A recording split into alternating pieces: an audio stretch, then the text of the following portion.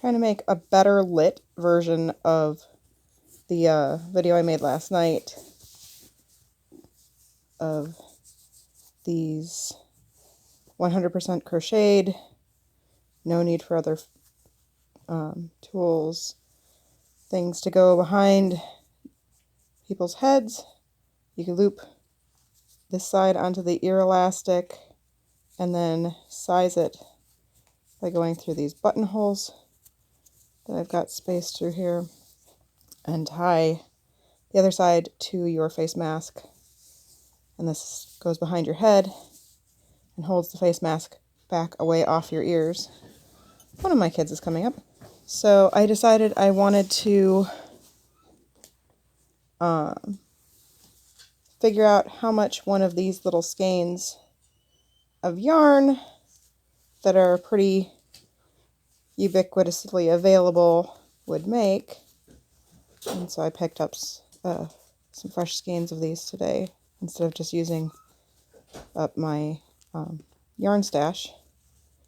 And in my experience, if you dig your fingers into the center of them, you can pull out and wind up with a center pull, so that there's the end of the yarn, so that it's not bouncing all over the place, because that was another thing that was kind of driving me a bit batty last night, was the yarn bouncing all over. And I'm just using a standard store-bought, readily available H-hook. If you're not an experienced crocheter, if you're pretty new, I do find that these ones that are flat here slide through the yarn better than the ones that where the hook bulges out. Those ones I find very frustrating. That was what I initially tried to learn to crochet with, and I was not having a good time of that. So start with your slip knot, and you're going to chain 25-ish. I lose count a lot. Sometimes I just use another one that I've already made to measure, but I'll try to actually do it.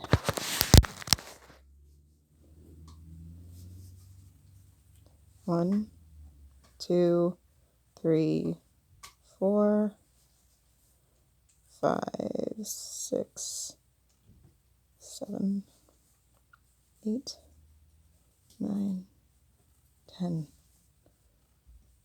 11, 12, 13, 14, 15, 16, 17, 18, 19, 20, 21, 22, 23, 24, 25. And this is where I'm going to start doing this stitch technique that not a lot of crocheters know, in my experience.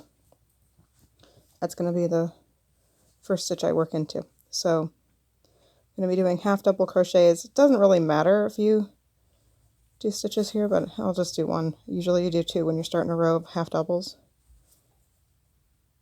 And really helpful if this would stop going out of focus, because I'm actually watching my own hands and my really, really aged nail polish job, and my nails, I didn't take the time to give myself a manicure before doing this. Okay, so going to be like you're doing a half double crochet, as if you were going to work back down the chain.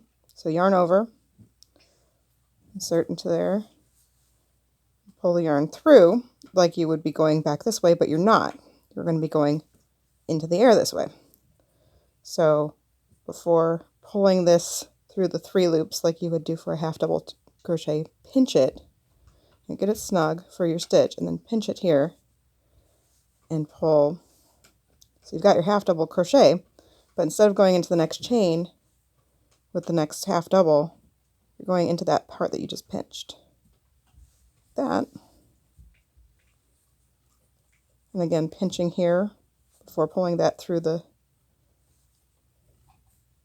And so I'm making half double crochets into the base of the prior stitch. I do not know what this is called. This is a technique that I learned at least 10 years ago, because I really, really don't like working into a chain. I can't remember where I learned it, but I pretty much never work into a chain anymore. This is what pretty much any fabric that I've crocheted in the last decade, if it's not a granny square, it's got a foundation of some kind like this. You don't have to only do half double crochets. You can do double crochets, triples, whatever. You can do singles, whatever your pattern calls for. Just skip the first row of chaining and do this instead of whatever the second row stitch would be. So that's how I usually crochet things. And I also will do this with the cotton crochet yarn to make necklaces. I don't go thicker than half double for those. Single crochet looks really nice, and this has a little bit of a stretch to it, more so than when working into a chain, at least the way I do them. So it's really comfortable. So anyway, I'm going to do about 30 of these. It's good to have an even number. It's not entirely important. And errors are really not obvious in this anyway. So I'm not going to keep going slow, other than what I'm kind of doing this by touch, since the camera keeps going out of focus, and I'm familiar enough with doing this that I can do it by touch. Hopefully anybody who didn't catch how to do this already can just rewind and slow-mo it down, but it's working into its own stitch. And when I'm not talking, if I'm just like if I'm just zoning out listening to an audiobook while doing this, I'll actually go too far and have to unravel sometimes. Because I just get into a rhythm of doing this and lose track. So I'm trying to keep track of that. Oh, I had my tape measure. I don't know where I put it. Because we're aiming for between 8 and 9 inches long. It seems to be a good length, which I think is about 30. And that's not including the ties. 8 to 9 inches of this. So what am I at? 1, 2, 3, 4, 5, 6, 7, 8, 9, 10, 11, 12, 13, 14, 15, 16, 17, 18, 19,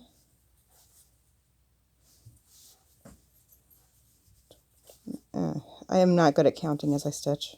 Really, really not good at it.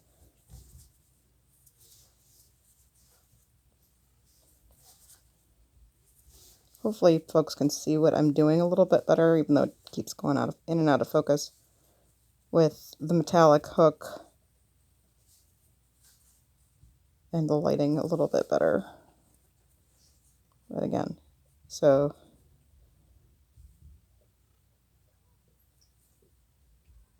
missed a loop. But I'm pinched there, and then I'm treating that as if it is a chain or a foundation stitch. From the row below, going through, pulling a loop up like I'm going to make a regular half double, and just I'm pinching before I pull through the 3 loops to make sure I don't lose the base of it into those 3 loops, because otherwise it would go and disappear in there. And I hear my youngest screaming in my in-laws' part of the house.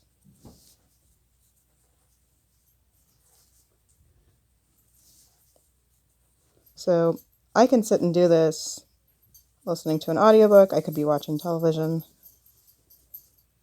Mostly I just need to make sure I don't lose track of how far I'm going. 1, 2, 3, 4, 5, 7, 8, 9, 10, 11, 12, 13, 14, 15, 16, 17, 18, 19, 20, 21, 22, 23, 24, 25, 26, 27, 28, 29, 30. Okay, so I went 1 too far.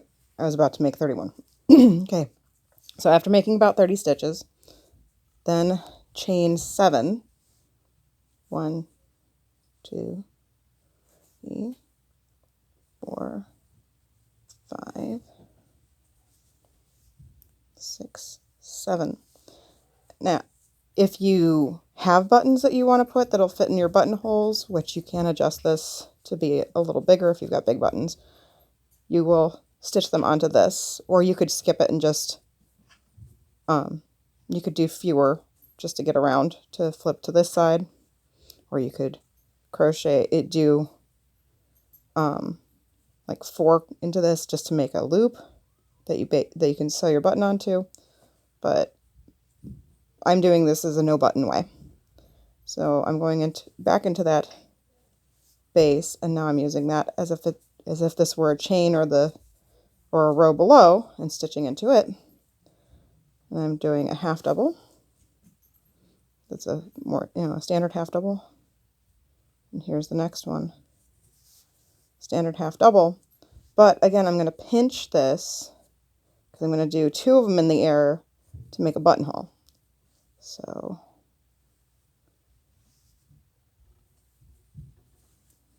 now I'm going to do it into the stitch instead of into the foundation. 1 in the air and 2 in the air. And even though I'm going back into the other row this time, I'm still holding on to that loop so it doesn't disappear into it. And it kind of did anyway. Because I'm going to go through this one and skip 2 into this one to like stitch them together as I do the next half double. So, and then I'm going to do another half double, but again I'm going to pinch because I'm going to make another buttonhole. I have a lot of buttonholes in this just so it's really sizable. If you're really confident on the size and not worried that it might stretch out, then you can not do all these buttonholes. But I'm not confident on the size, and this way, little kids can use these, adults can use these. Don't have to redo it. I can just sit here and make a bunch of them in all the same size, and they can be adjusted. So again, I went through a yarn over. This is my yarn over. This is the base of this part, and I just pulled a loop through the other row, and now I'm doing the half double. My second kid is trying to keep my other kids from making too much noise in the background. If you hear running feet, he just ran to try and keep the other ones out of this part of the house so I can finish this video and have it somewhat not too noisy. So, making another buttonhole, and then through here, skip 2 there, and there. I think I might have just heard one of my kids swear. I hope that either wasn't just what I actually heard or that the microphone didn't hear it. Nope, I hear them swearing. Guys, I don't know how sensitive this microphone is. Can you please not be swearing when I'm making a video? I didn't know we were just listening to an audiobook that has swears in it all the time.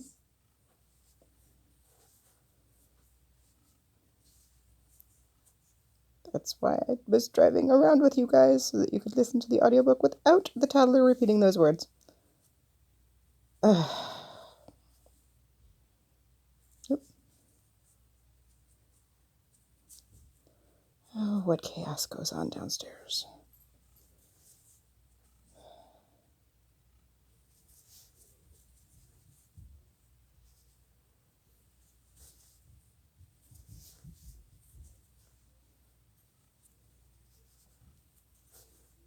I think they're getting grumpy about not being up here.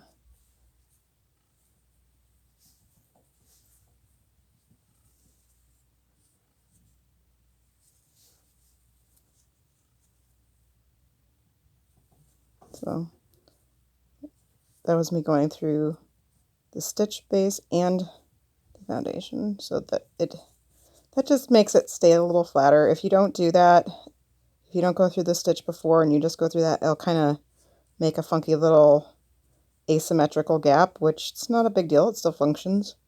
Just, I think it looks a little funny, but it's the back of your head. Who cares? You know, right?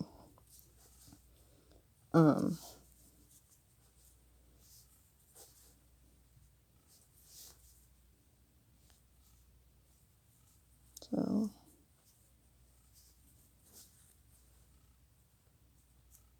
I keep losing track of how many I did. That's the 2 in the air, right? Yeah, that's 2 in the air.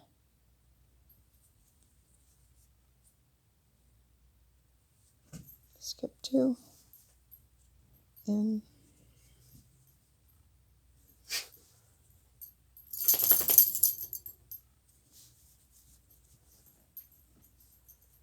So the only ones I'm not pinching base as I do it is the joiner ones. When I'm closing the buttonhole, that's the only time I'm not pinching to hold it for the next stitch, because those ones it doesn't matter.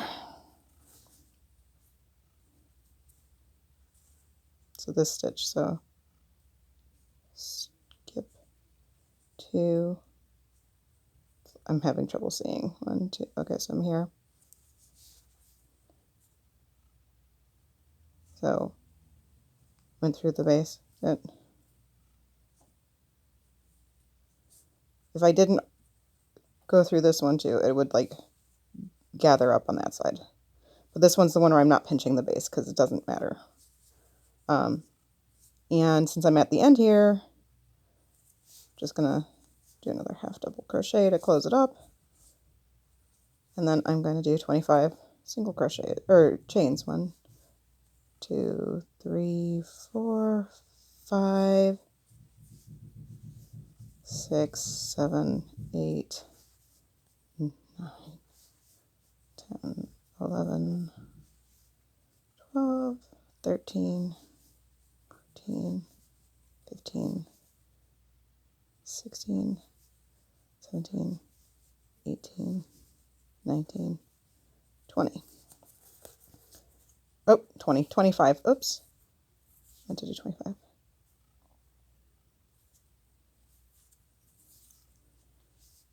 $21, $22, $23, or $25. There we go. Okay. So that's all done. And going at a slower pace to be able to explain and such. The video is now 18.5 minutes. I could have made this about twice as fast. I've got it down to about 9 minutes. I'm not snipping them off because I'm going to leave them like sausage linked basically to figure out how many I can make from one skein. But as you can see, it really didn't take that much yarn. So if you've got little bits of yarn left around from other projects, this is a really good way to use them up. It doesn't have to be cotton. I just personally prefer working in natural fibers. If you've got acrylics around, then use acrylics. Just, you know, hopefully they're washable. They aren't going to fuzz out too much. And please make these for people. And if you feel like you need to charge for your time and supplies, I have no problem with that. I don't personally need the income that much, so I would rather other people be making them and getting some money that they need to be able to feed their families or feed themselves and such. And it's fine with me if people are making these and selling them. It's fine with me if people are making them and giving them away. I do hope that lots of them get into the hands of our frontline workers who need them so much so that they aren't getting their ears rubbed raw. Okay. Thank you.